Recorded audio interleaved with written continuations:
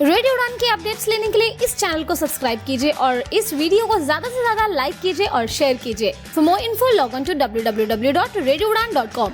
नमस्ते दोस्तों, सक्षम अपनी नई वेबिनार श्रृंखला एक्सेस द इनएक्सेसिबल यानी अगम्य को सुलभ बनाएं की शुरुआत कर रहा है।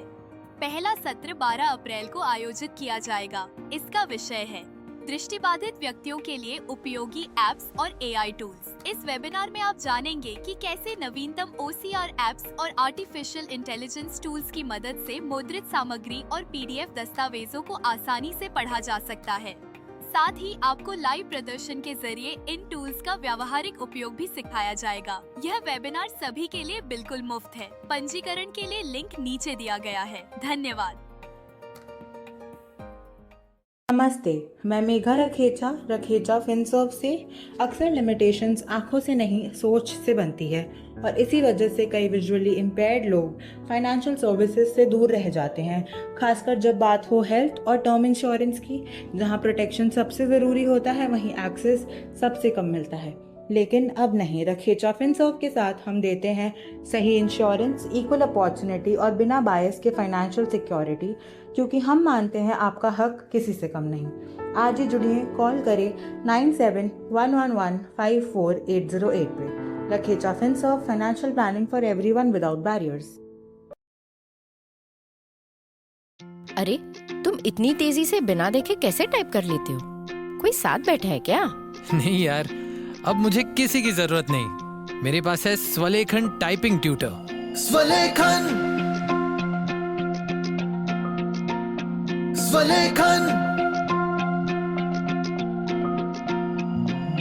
आज खुद को आजमाओ, निर्भरता की जंजीर तोड़ो। सीखो टाइपिंग स्वलेखन से, अपने हक की जंग लड़ो। मराठी, हिंदी, इंग्लिश सब एक ऐप में फ्री। 78 मजेदार लेसन्स से सीखना हुआ इजी। स्वलेखन से आपके विचार अब बने पहचान। स्वलेखन से लिखो खुद और छू लो आसमान। स्वलेखन। निवांत अंधमुक्त विकासालय लेकर आए हैं स्वलेखन टाइपिंग ट्यूटर, एक अनोखा सेल्फ लर्निंग अनुभव जो रिकॉर्डेड वॉइस के साथ आपको खुद सिखाएगा टाइपिंग की कला। स्वलेखन। मोबाइल के लिए प्ले स्टोर से और विंडोज PC या लैपटॉप के लिए SWALEKHAN यानी कि swalekan.org से ऐप डाउनलोड करें या फिर कॉल करें 9923772375 पर। स्वलेखन।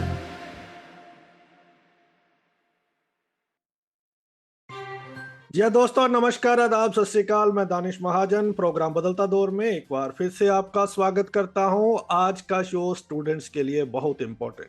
आज हम डिस्कस करने वाले हैं national overseas scholarship for persons with disabilities by department of empowerment of persons with disabilities. क्या है ये नेशनल स्कॉलरशिप? एलिजिबिलिटी क्राइटेरिया क्या है? कौन कौन ऑप्ट कर सकता है? क्या फुल स्कॉलरशिप मिलती है या हाफ स्कॉलरशिप? कौन कौन से कोर्सेज इसमें अवेलेबल हैं? किस किस कंट्री में हम जा सकते हैं? इन तमाम सवालों के जवाब तलाशेंगे आज के शो में। इस पर बात करने के लिए हमारे साथ शिवा प्रिया जी हैं, जो स्टूडेंट हैं यूनिवर्सिटी ऑफ ईस्ट लंदन में। She is doing masters in special educational needs. जानेंगे उनसे, क्योंकि उन्होंने इस ओवरसीज स्कॉलरशिप को ऑप्ट किया है। तो we will straight away listen from the horse's mouth. Shivaji, बहुत बहुत स्वागत रेडियो उड़ान पे। Thank you so much for giving us time. Thank you so much Danish ji, it's lovely to be here. तो सबसे पहले थोड़ा सा अपने बारे में बताएं और ये कोर्स और ये यूनिवर्सिटी क्यों चूज किया आपने, इसके बारे में बताएं। Sure. So I did my education in a mainstream school, and like my whole of education went in a mainstream school. I'll try to be bilingual both in Hindi and English, and I'll try to keep the language simple. Mainstream schooling में हुआ है, +2 तक ठीक से गया है मेरा education। उसके बाद unfortunately my father passed away। उसके बाद थोड़ा सा ब्रेक आया है, and 2 years later my mom also passed away। तो थोड़ा सा ups and downs हुआ है उस टाइम में।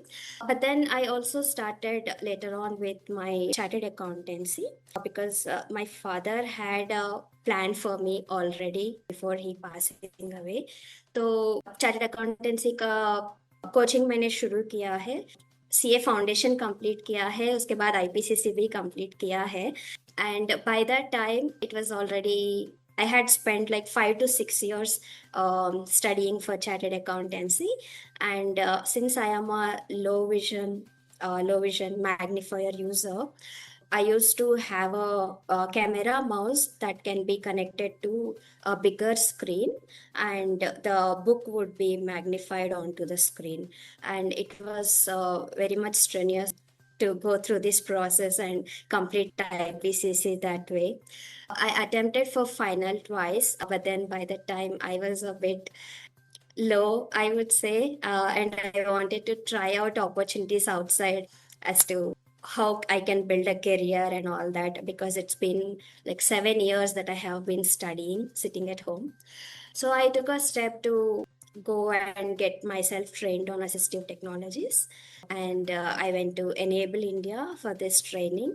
And I must mention about someone here. There is this ma'am named Rajini Gopalakrishnan, who is the first visually challenged chartered accountant in India. And I happened to get to know about her, and went ahead and had an in-person meeting. तब उन्होंने guide किया कि मतलब enable India में ऐसा student training वगैरह होता है, तो आप वहाँ पे जाएंगे तो अच्छा रहेगा, मतलब थोड़ा सा स्किलिंग अप होगा असिस्टिव टेक्नोलॉजी में करके. तो मैंने वहाँ पे स्किल्ड एम्प्लॉयबिलिटी ट्रेनिंग के लिए गई थी फॉर 3 months.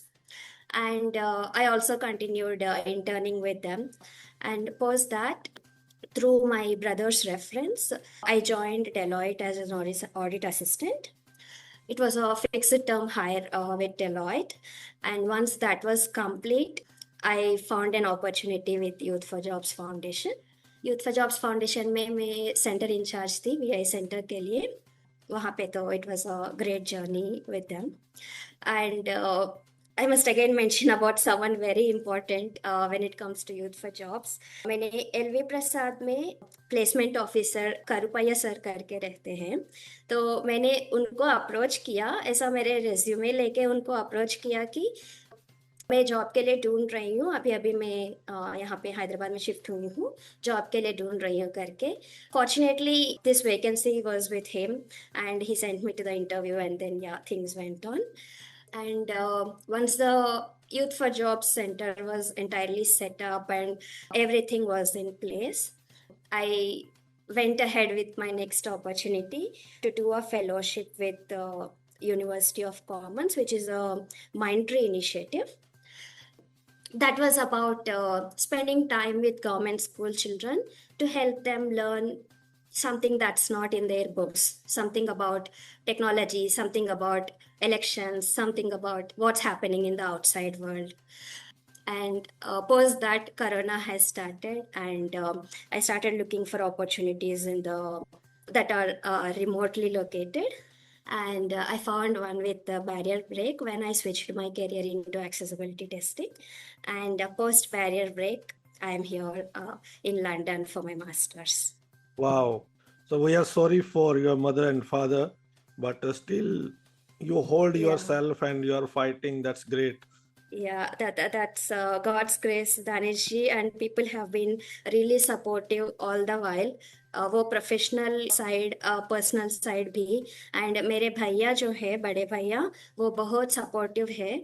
मम्मी पापा के जाने के बाद हम दोनों ही लीड करते आए हैं सब. बढ़िया. तो ये कोर्स आपने क्यों चूज किया, इसके बारे में बताएं, और ये यूनिवर्सिटी आपने क्यों चूज की, and what were the biggest challenge that you could not complete your CA? I still have in mind to complete it, Tanishji. I do want to complete it. But जैसे मैंने बोला, वो जो जब magnifier से उतना time लगा के पढ़ना होता है, एंड सीए जो है हम कॉलेज जाके नहीं पढ़ते हैं, हम घर में ही रह के पढ़ते हैं. And those days I was in a much lower phase of life, after losing both my parents and a lot of household responsibilities and a lot of other things.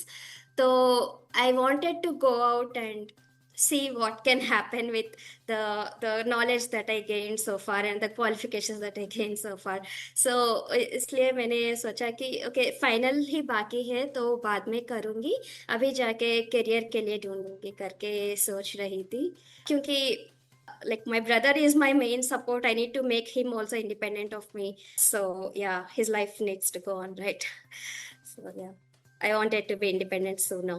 Yes, tell me about your course and university. I am currently doing masters in special educational needs.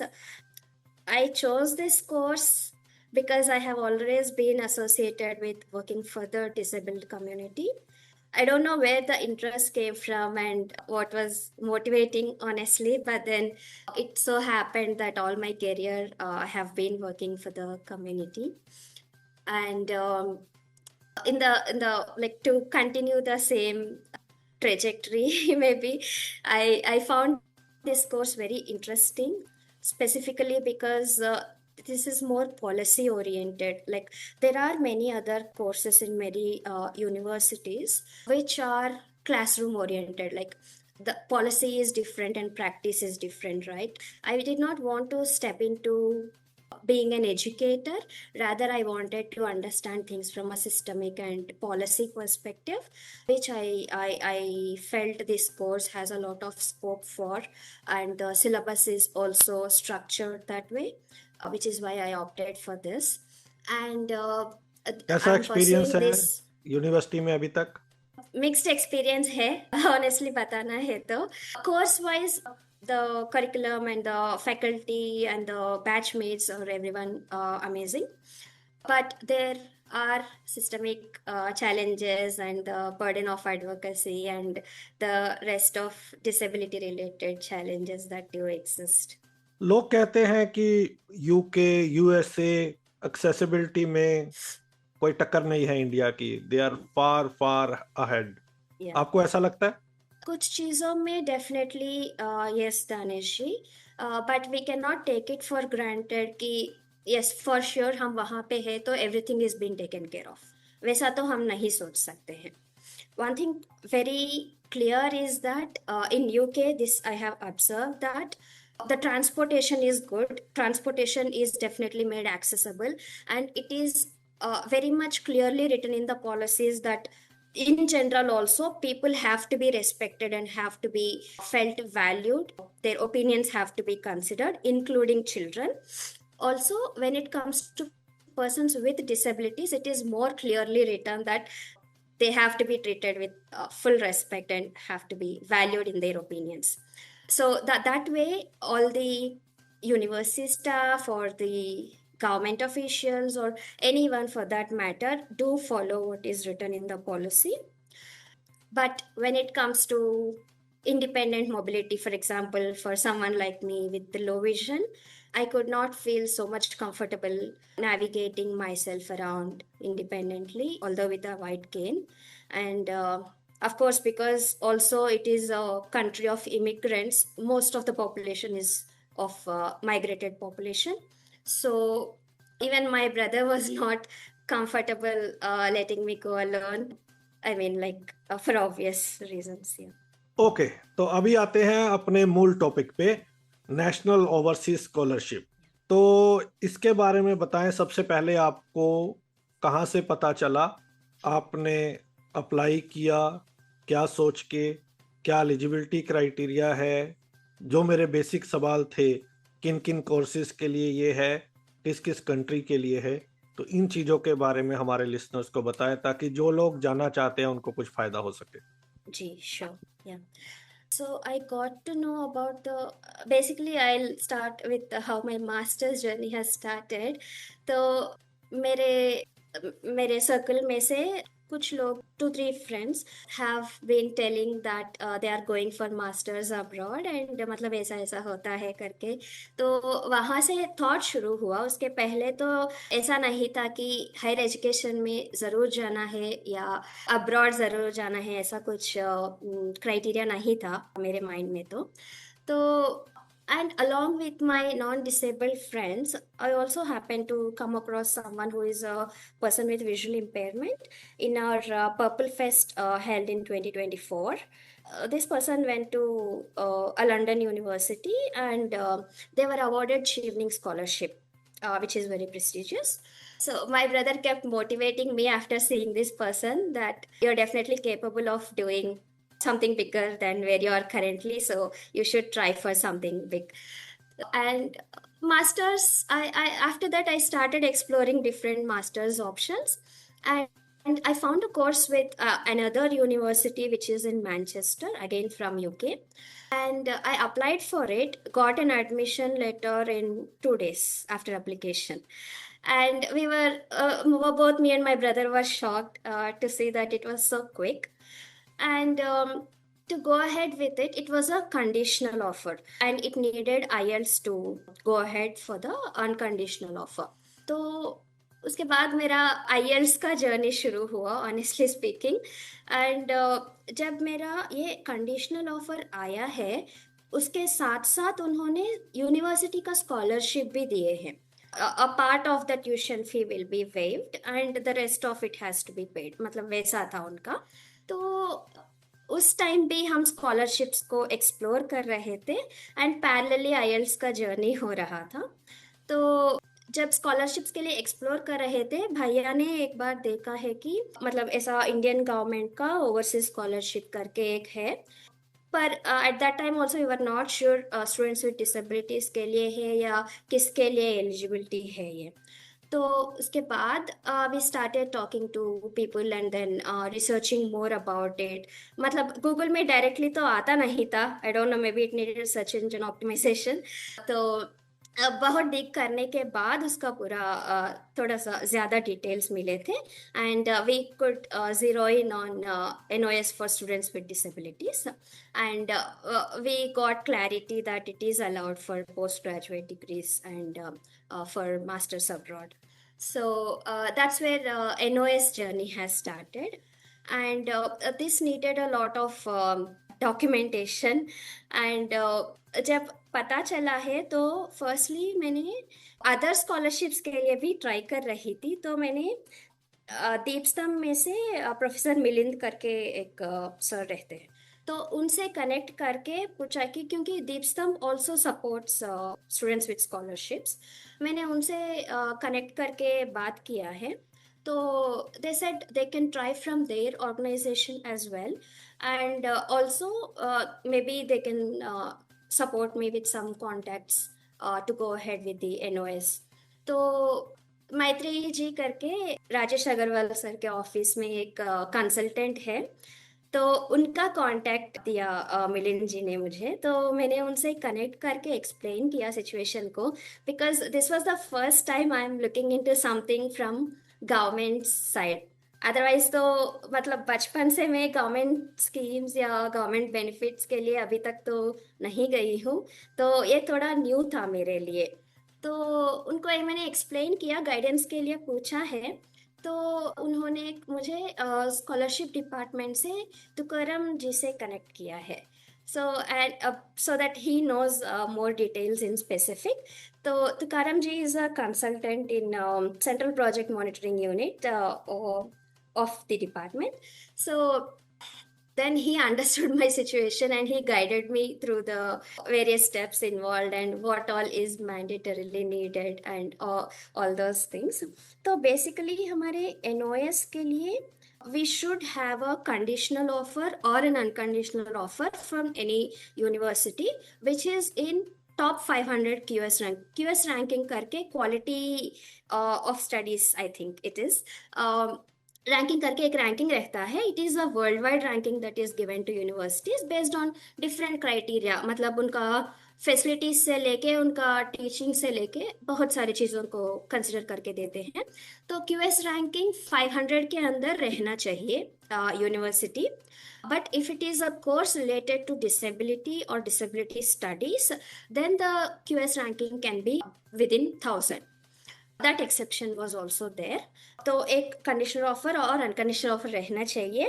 The age has to be below 35 as on the 1st of April of the selection year. मतलब आप अगर 2025-26 के लिए select हो रहे हो तो 2025 अप्रैल 1 तक आपका उम्र 35 से कम रहना चाहिए। एंड आपके अगर आप मास्टर्स के लिए जा रहे हो तो आपका बैचलर्स का मार्क्स परसेंटेज जो है 55% से ऊपर रहना चाहिए, और इक्विवेलेंट ग्रेड लाइक जो alternate grades रहते हैं, in that also it has to be above 55%. And actually this NOS is allowed for PhD also, and if you are going for PhD course, your master's percentage has to be more than 55%. And you have to be a person with disability, with above 40% disability and a valid certification. I think I have covered the eligibility criteria. अगर कुछ miss हुआ है तो हम document या website का link देंगे. Maybe you can go ahead and check it over there. I'm covering whatever I can remember because it has been already a year and a half that this process has been happening. Right. So coming to the documentation requirements, based on your university eligibility criteria, some might need IELTS or some might need TOEFL. Like these are the main English language tests that are usually asked for across universities. कुछ universities हमारे Pearson का भी test accept कर लेते हैं. आप वो check करके, और जब आपका ऑफर आता है जो भी उसमें मेंशन किया है the conditions to be met, उसको मीट करके वो वाला टेस्ट लेना चाहिए आपको. And that scorecard has to be sent to the university to go ahead with the unconditional offer, to get an unconditional offer. So NOS के लिए submit करने के लिए भी आपको कंडीशनल ऑफर है तो बाद में ये वाला टेस्ट रिजल्ट आप भेज सकते हैं, या अनकंडीशनल ऑफर है तो आपका टेस्ट रिजल्ट भी साथ भेजना पड़ेगा.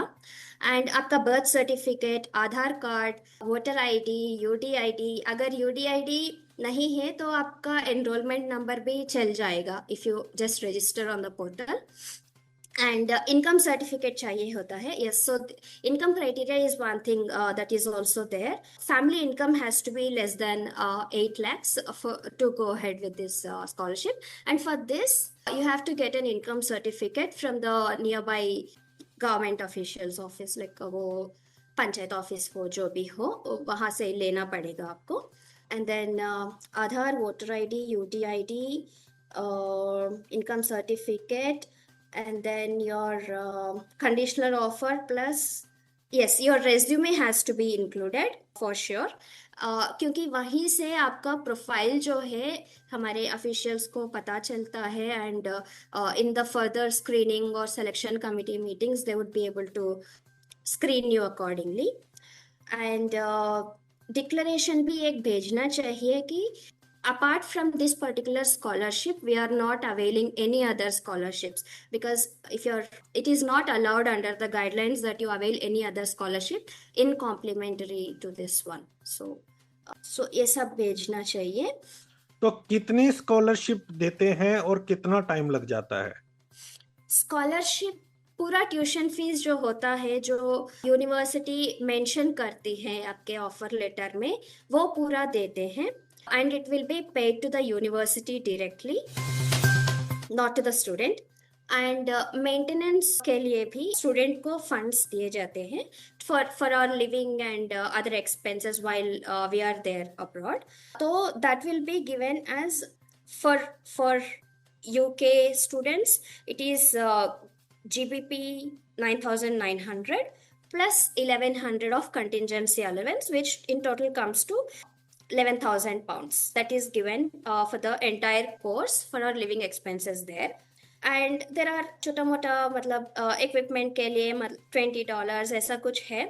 And apart from these there are reimbursements also that are given for our flight tickets and our transportation from home in India to the airport, and then from airport to the university in whichever country we are studying.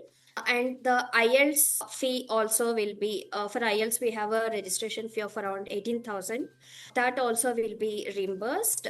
And the visa fee and the IHS. So generally countries को UK में especially ये national health service होता है. So everyone is supposed to pay the insurance charge for this, even if you are going as a student.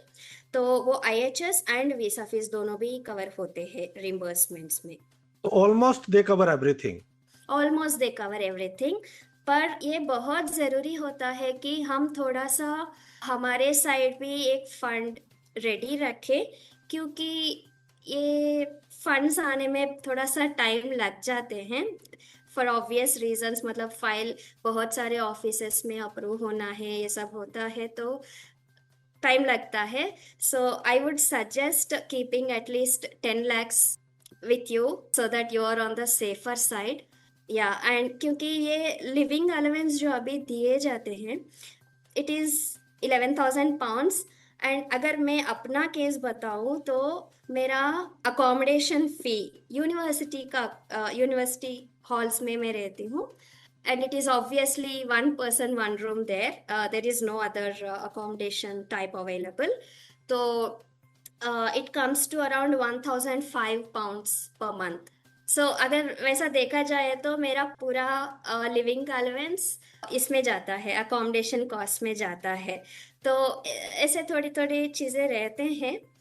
But if you are able to, if you have some friends and if you're able to take an accommodation outside and if you're sharing with someone, then maybe शायद आपको ये वाले living allowance में हो जाएगा अपना तो expenses. To be on safer side, तो कुल मिला के आपके पास 10 लाख होना चाहिए, चाहे आप फ्रेंड से अरेंज करें या कैसे भी करें।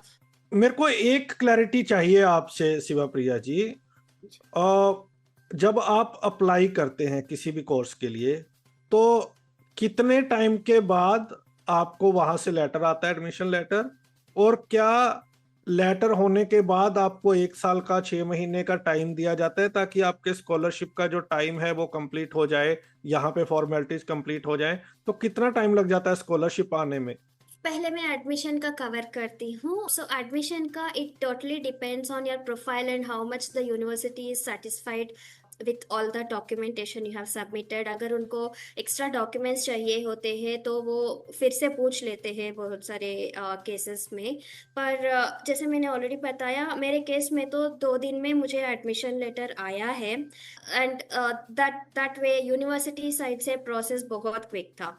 But when it comes to national overseas scholarship process, I think we should have comfortably 10 to 11 months at least in hand, so that we are not missing our deadlines and the CAS deadline and all of the university processes.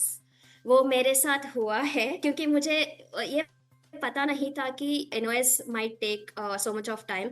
मतलब documentation में सारा पढ़ती रही पर वहाँ पे मुझे कहीं पे भी ये बात नहीं मिला कि मतलब इतना टाइम लग सकता है करके। सो मैंने सितंबर 2024 के लिए मुझे एडमिशन लेटर आया था, तो उस समय नहीं हो पाया फॉर प्रोसेस डिले। एंड उसके बाद जनवरी 2025 के लिए भी मुझे ऑफर मिला है, तो तब तक भी नहीं हो पाया। तो मैंने जनवरी का लेटर के लिए डेफरमेंट पूछा है यूनिवर्सिटी से, तो मुझे सितंबर 2025 के लिए डेफरमेंट मिला है fortunately. And so by that time the scholarship also got through and the entire process was complete. So ये हो पाया सितंबर। तो एक्सटेंशन मांग सकते हैं हम यूनिवर्सिटी से? डेफरमेंट डेफिनेटली मांग सकते हैं। ओके, अब ये बताएं। Just one thing Yes. Danish ji, so deferment मांगते समय हमें ये चेक करना चाहिए कि नेक्स्ट इनटेक क्या है, क्योंकि कुछ यूनिवर्सिटीज के लिए जनवरी इनटेक होता है, कुछ के लिए नहीं होता है। सो वो चेक करके हम जब भी मांग सकते हैं। और we can look for other universities as well with similar course and if it is okay, तो अब ये बताएं कि कोई कंट्री का क्राइटेरिया है कि आप यहाँ जा सकते हैं, यहाँ नहीं जा सकते? अगर हम गाइडलाइंस में देखेंगे तो सिर्फ यूएस एंड यूके का मेंशन है Danish ji. But I think from my understanding, मतलब जब मैं ऑफिशियल से बात कर रही थी तो आयरलैंड, जर्मनी, ये सभी वो लोग मेंशन कर रहे थे। So I think it is allowed for other countries as well. पर यहाँ पे मेंटेनेंस अलाउंस है या हमारा ट्यूशन फी है, सब कुछ यूके यूएस मतलब डॉलर एंड पाउंड्स में ही मेंशन्ड है। So that is something we need to try out and see as well. किन बातों का और ध्यान रखना चाहिए? कौन सी चीजें हमें करनी चाहिए, कौन सी चीजें नहीं करनी चाहिए when we are opting for this scholarship? We have to be very conscious about reading through the guidelines and the other documentation the department shares, क्योंकि मतलब obviously the officials might be very busy and mails में ही communication होता है generally, and it might so happen that we don't hear back for a long time, and they might have their own processes going on in the background. So थोड़ा patience रखना चाहिए and read through the documentation very carefully. मतलब आप अगर चाहे तो AI का भी हेल्प ले सकते हैं, ये इस चीज में क्या करना चाहिए, उस चीज में क्या नहीं करना चाहिए, वो सब थोड़ा रहना चाहिए. मैंने तो ऑलमोस्ट 3 months स्पेंड किया डॉक्यूमेंटेशन पढ़ते पढ़ते without going ahead with any process after receiving my first award letter. There are some things very particular we need to be cautious about. जब हम अप्लाई करते हैं उसके बाद एक स्क्रीनिंग होता है, like for the short listing of candidates from all the applications received. वो बैकग्राउंड में होता है, we will not be knowing about it and we will not be involved in it. And अगर आप सेलेक्ट होते हैं तो आपको मेल आता है कि you are selected and you are called for this particular meeting for the selection committee presence. So we have to join the meeting and answer whatever is asked during the meeting. That goes like an interview. मतलब आपने ये वाला course क्यों लिया है, आपका motivation क्या है, अगर उसका क्यूएस रैंकिंग कम है तो क्यों कम है, मतलब ये सब पूछे जाते हैं. एंड आपके थोड़ा प्रोफाइल में भी, अगर आप वर्किंग थे तो प्रोफाइल भी जानते हैं वो लोग. तो उसके बाद you will get if you are selected, if you got to the second round as well, you will be sent a award letter, and this is a initial award letter that we will receive from the department.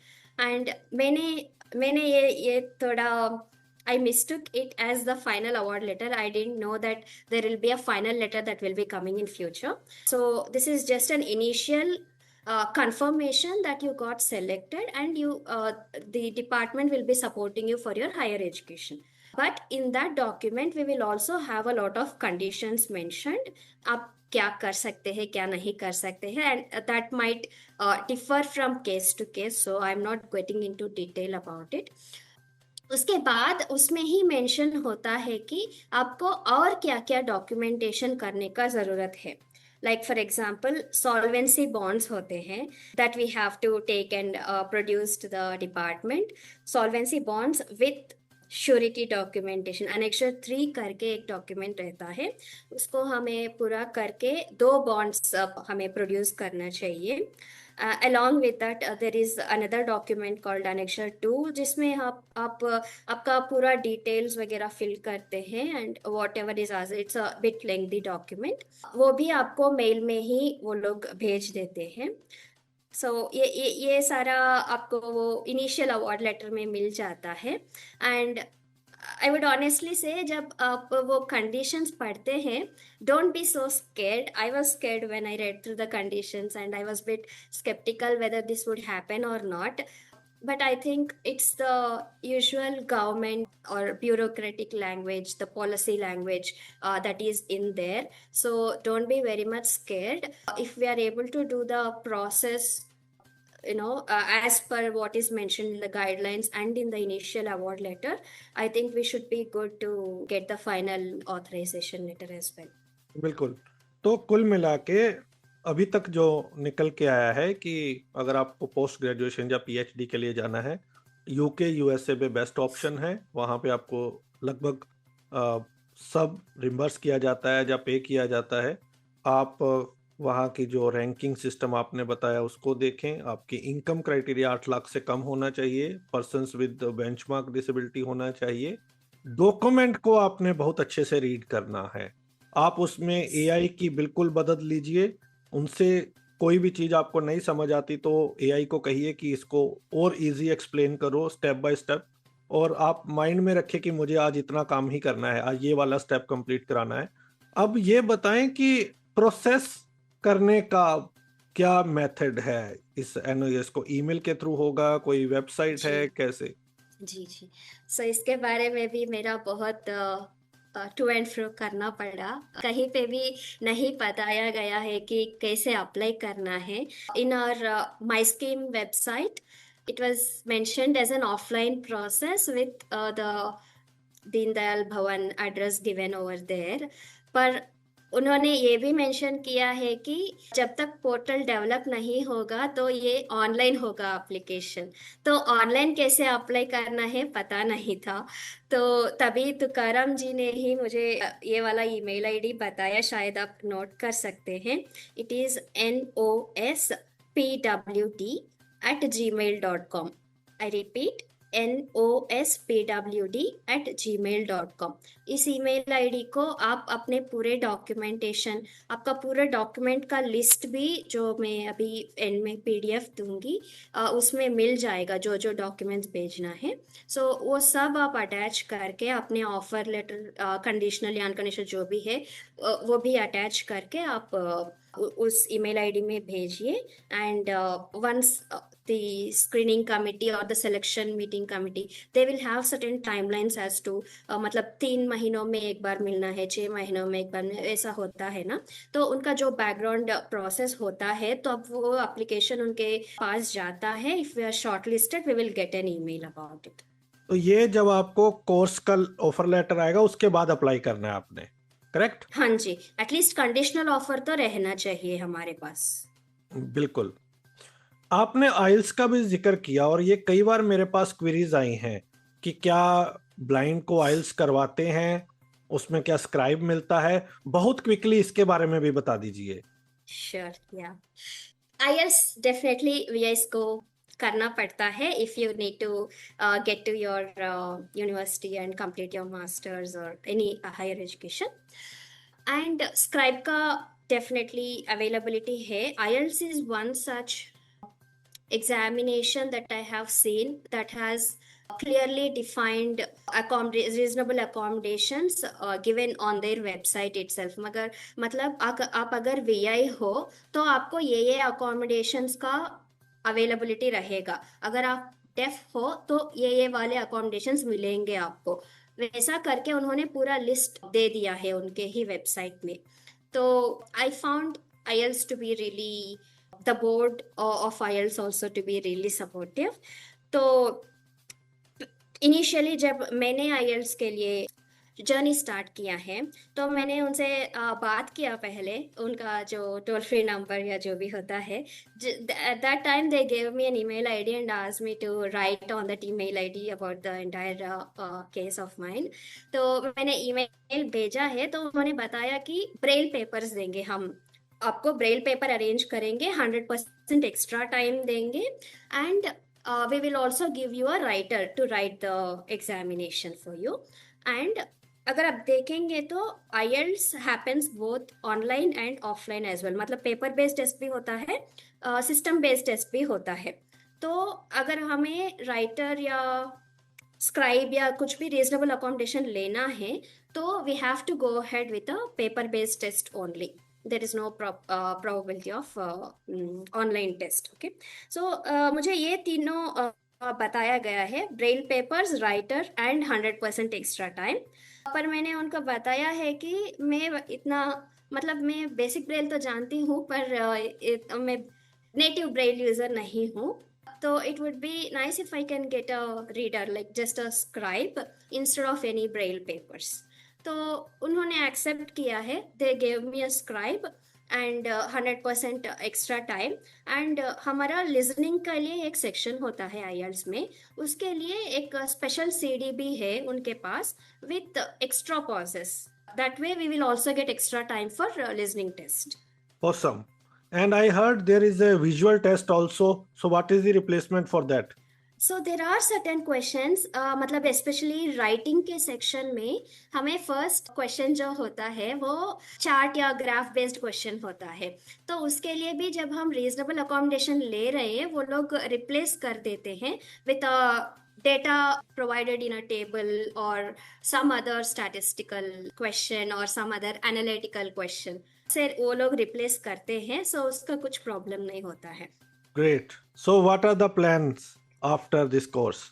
Let's see, Danish ji. I would definitely love to come back to India. जैसे मैंने बोला, abroad का plans कभी भी नहीं थे mind में, but ये हुआ, which I am very happy about. Let's see how the opportunities pan out and अगर कुछ placements आते हैं तो देखेंगे उस समय तक. Yeah. तो nospwd@gmail.com अगर आप अप्लाई करना चाहते हैं तो इस ईमेल पे अप्लाई कीजिए. जो भी आपके डाउट है वो मिनिस्ट्री को पूछिए, वो आपको सेंड करेंगे. डॉक्यूमेंट्स बार बार रीड करें. डिस्क्रिप्शन में हम वेबसाइट भी दे देंगे ताकि आप प्रिपेयर्ड हो सके. एक चीज़ शिवा प्रिया ने बहुत अच्छी कही कि घबराना नहीं है डॉक्यूमेंट देख के, और इनके साथ भी ऐसा हुआ और मेरे साथ भी हुआ है.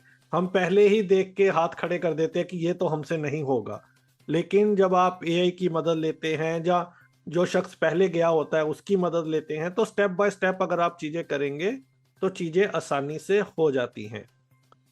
शिवा प्रिया जी, अगर कुछ लोग आपकी मदद चाहें, आप अपनी ईमेल आईडी शेयर कर दें अगर किसी को कुछ हेल्प की ज़रूरत रहे इस प्रोसेस में. Definitely, Danish ji. So my email ID is sivajpriya, sivajpriya@gmail.com. I'll also maybe share it in text with you, Danish ji. Later. बिल्कुल. Thank you so much Shiva Priya ji, इसके बारे में डिटेल में हमें बताने के लिए. कुछ ऐसा जो मैंने आपसे नहीं पूछा, जो रह गया हो, जो आप बताना चाहें? Nothing much that way, Danish ji. I think we have covered pretty much about the NOS process. One thing is just make friends with technology and use it as much as possible, and it will be a powerful tool in our journey, especially as VIs. I think it helps a lot. So just be friends with it. Yeah. Thank you so much Shiva Priya ji for talking to us. Thank you, Danish ji. तो listeners, हमने बात की national overseas scholarship for PWDs. हमने आइल्स के बारे में भी बात की, डिटेल में आपको प्रोसेस बताया, कौन सी ईमेल पे आपको एप्लीकेशन फाइल करनी है, क्या क्या चैलेंजेस आते हैं, कितना टाइम आपको लगेगा. फिर भी अगर आपके कुछ सवाल हैं जो मैंने नहीं पूछे, जो रह गए, आप शिवा प्रिया को डायरेक्ट पूछ सकते हैं, मिनिस्ट्री से डायरेक्ट पूछ सकते हैं. और हमारे शो का मकसद यही है कि आप लोग अगर इसके बारे में सोच रहे हैं तो आपकी किसी न किसी तरह से हेल्प की जाए. अगले सप्ताह मुलाकात होगी किसी और पर्सनैलिटी के साथ. दीजिए इजाजत, सुनते रहिए radio Udaan flight of life. Bye bye. नमस्ते दोस्तों, सक्षम अपनी नई वेबिनार श्रृंखला एक्सेस द इनएक्सेसिबल यानी अगम्य को सुलभ बनाएं की शुरुआत कर रहा है. पहला सत्र 12 अप्रैल को आयोजित किया जाएगा. इसका विषय है दृष्टिबाधित व्यक्तियों के लिए उपयोगी एप्स और एआई टूल्स. इस वेबिनार में आप जानेंगे कि कैसे नवीनतम OCR एप्स और आर्टिफिशियल इंटेलिजेंस टूल्स की मदद से मुद्रित सामग्री और PDF दस्तावेजों को आसानी से पढ़ा जा सकता है. साथ ही आपको लाइव प्रदर्शन के जरिए इन टूल्स का व्यावहारिक उपयोग भी सिखाया जाएगा. यह वेबिनार सभी के लिए बिल्कुल मुफ्त है. पंजीकरण के लिए लिंक नीचे दिया गया है. धन्यवाद. नमस्ते, मैं मेघा रखेचा फिनसर्व से. अक्सर लिमिटेशंस आंखों से नहीं सोच से बनती है, और इसी वजह से कई विजुअली इम्पेयर्ड लोग फाइनेंशियल सर्विसेज से दूर रह जाते हैं, खासकर जब बात हो हेल्थ और टर्म इंश्योरेंस की. जहां प्रोटेक्शन सबसे ज़रूरी होता है वहीं एक्सेस सबसे कम मिलता है. लेकिन अब नहीं, रखेचा फिनसर्व के साथ हम देते हैं सही इंश्योरेंस, इक्वल अपॉर्चुनिटी और बिना बायस के फाइनेंशियल सिक्योरिटी, क्योंकि हम मानते हैं आपका हक किसी से कम नहीं. आज ही जुड़िए, कॉल करें 9711154808 पे. Rakhecha Finserv, financial planning for everyone without barriers. Hello बेटा, पराठे खा लिए क्या? नहीं खाए पापा. सुबह 4 बजे उठ के तेरे सफर के लिए पराठे बनाकर तेरी बैग में रखती हो, तूने खाए नहीं. भूख तो इतनी लगी थी पापा, पर आप टिफिन के साथ हैंड वॉश रखना ही भूल गए. बिना हैंड वॉश पराठे कैसे खाऊं? सेवलॉन स्वस्थ इंडिया कहता है, अगर जर्म्स और बीमारियों से रखनी हो दूरी तो खाने से पहले हैंड वॉश है जरूरी.